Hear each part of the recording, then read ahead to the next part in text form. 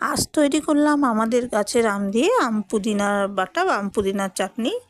ভীষণ সুস্বাদু এই গরমের দিনে রেসিপিটি। চলুন দেখে নিই কী করে তৈরি করলাম। আজকে আম পুদিনা বাটা করছি, সেই জন্য দেখুন এগুলো আমাদের গাছেরই আম পড়ে গেছে, সেইগুলো রেখেছি।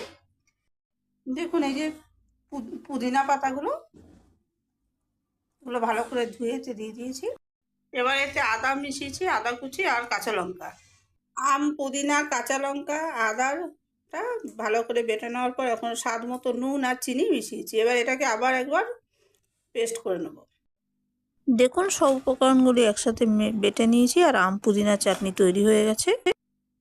আপনারা তো নানা রকম চাটনি খেয়েছেন, কিন্তু এই আম পুদিনার বাটা বা আম পুদিনার চাটনি রেসিপিটি এইভাবে ট্রাই করে দেখবেন, খেতে খুব সুন্দর হয়। আর এই চাটনিটা দিয়ে আরও নানা রকম রেসিপি তৈরি করা যায়। আমার সাথে থাকবেন, আমি রেসিপিটি পোস্ট করব।